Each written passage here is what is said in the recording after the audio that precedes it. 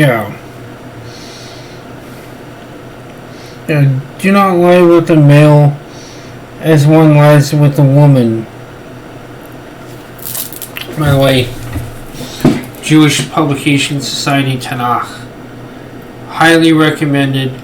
Learn Hebrew if you can. I unfortunately don't know Hebrew, but I would probably highly recommend people learn it if you really care about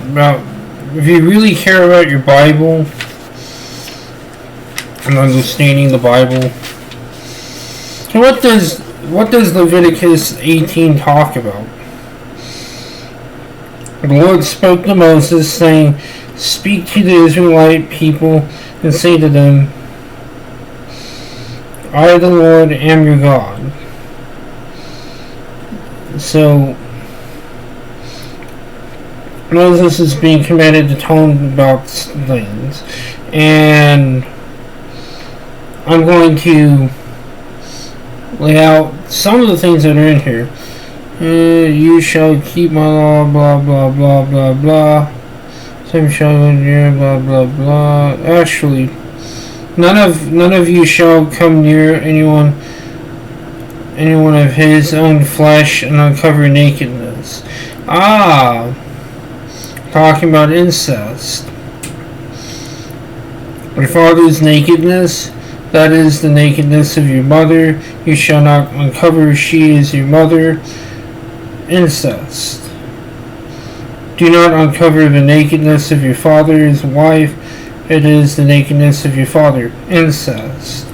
The nakedness of your sister, your father's daughter, or your mother's, whether born into the house or outside, do not uncover them. Nakedness, incest. Nakedness of your son's daughter, incest.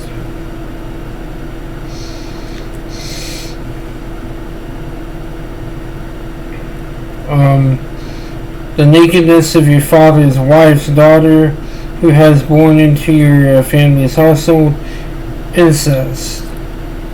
Do not uncover the nakedness of your father's sister, she is your father's flesh, incest. Do not uncover the nakedness of your mother's sister, for she is your mother's flesh, incest. Do not uncover the nakedness of your father's brother, incest. Do not approach his wife, she is your aunt, incest. Do not uncover the nakedness of your daughter-in-law, she is your son's wife. You shall not uncover her nakedness, incest. Do not uncover the nakedness of your brother's wife, it is the nakedness of your brother, incest. Do not uncover the nakedness of your wife and her daughter, nor shall you marry her son's daughter or her daughter's daughter and uncover her nakedness. They are kindred, incest.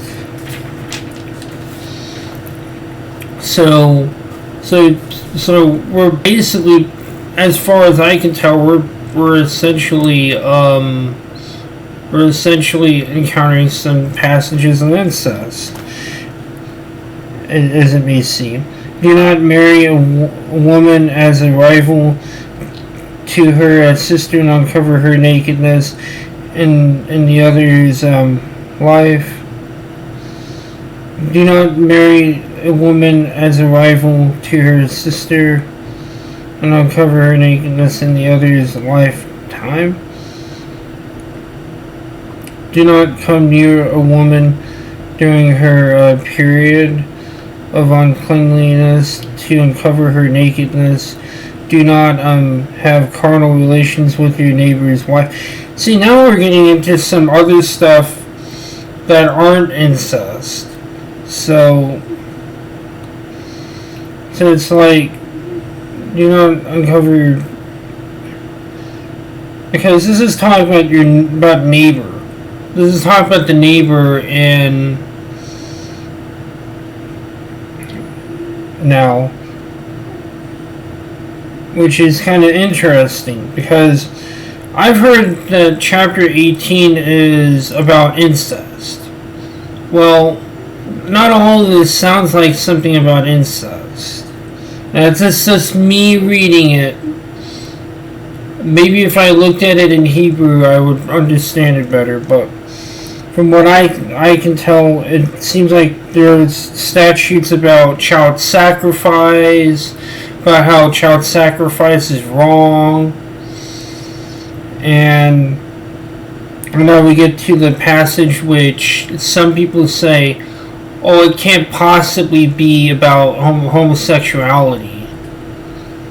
I mean, I don't know, because I am not a I'm not a Hebrew speaking individual. And I wish I knew Hebrew, because then I could read this to you.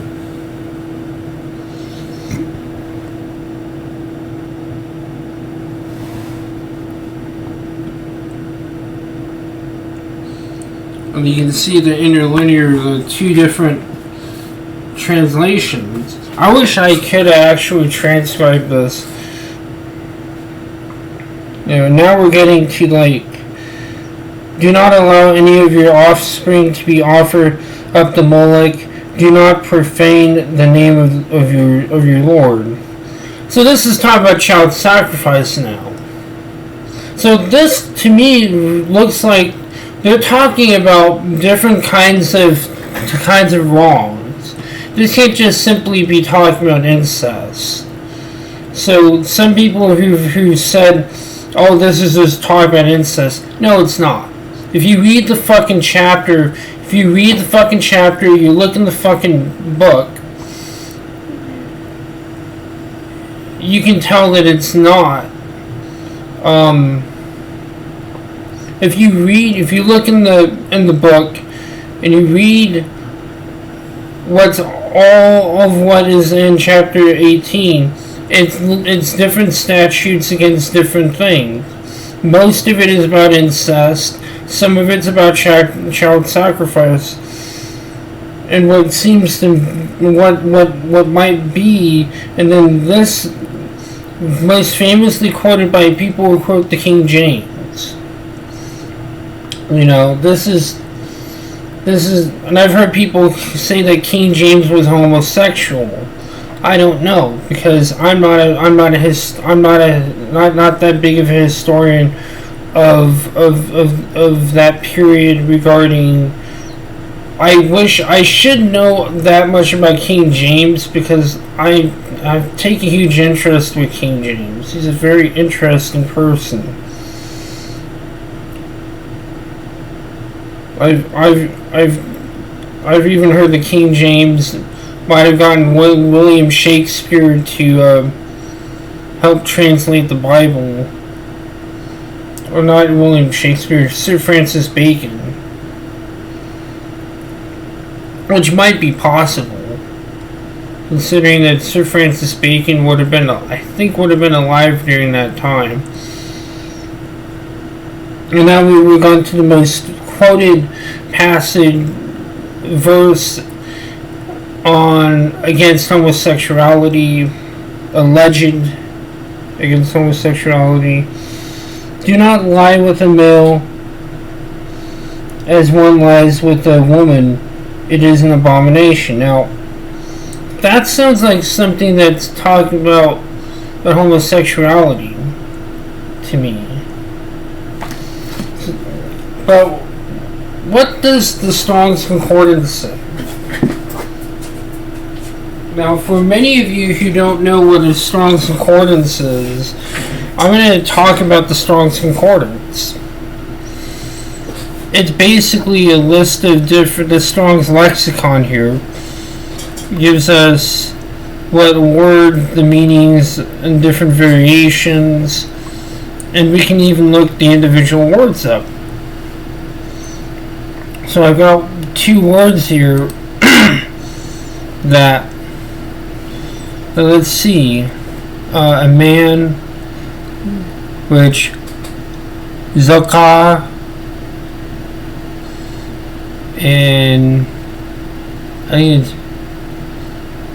Tishkav, not tishkav, but there's another word, mishkabah. Mishkava.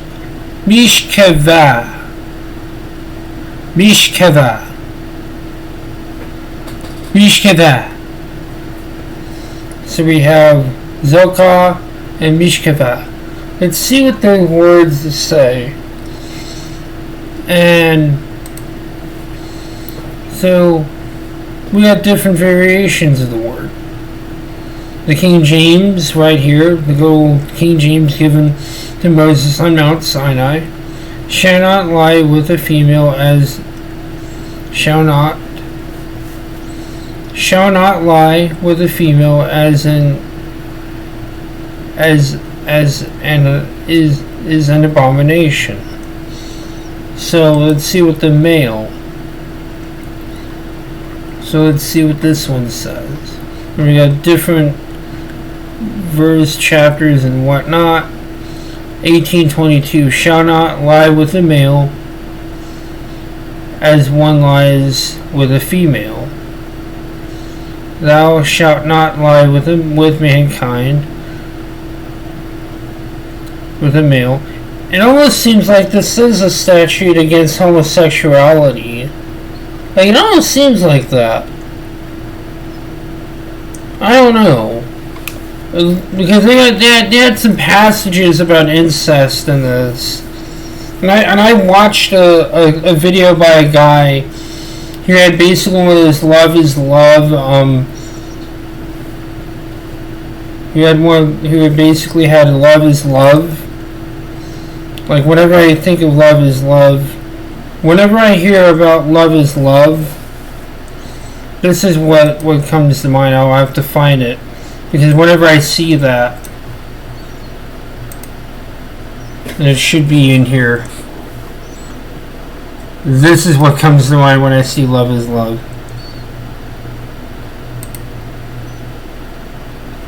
Yeah, red flag. You basically had a flag which was love is love, and this is what where is my thing? And this is what came to mind. Because, you know, so you're in favor of pedophilia. And this probably has some statutes against pedophilia. By extension, the statute against rape, not rape, against incest is a statute against pedophilia. So the Bible is also talking about pedophilia. It's talking about, so that, not Bible, the Leviticus specifically is talking about pedophilia by extension. But that's actually talking about incest. But you could throw pedophilia in there if you really wanted to, because that's just a very specific thing, you know. And it just seems strange. You look at the ages. Yeah. No. Nope. Not buying it. I'm not buying that this has not only to do with incest, because there's other crap in there in chapter 18. There's other stuff in Leviticus chapter 18 that covers some other subject matters, like sleeping with your neighbor's wife. Well, you gotta read the whole damn thing and not simply just take the word of people on the internet. Yeah, and the guy also had a Black Lives Matter flag. That was like the first yellow flag. The second yellow flag is love is love. I wouldn't call it necessarily a red flag. But I was like, my intention was astute. And I thought I would just talk about Leviticus 18, talk about Strong's Concordance, and use Leviticus 18 is an example of the Strong's of looking at what Strong's Concordance is.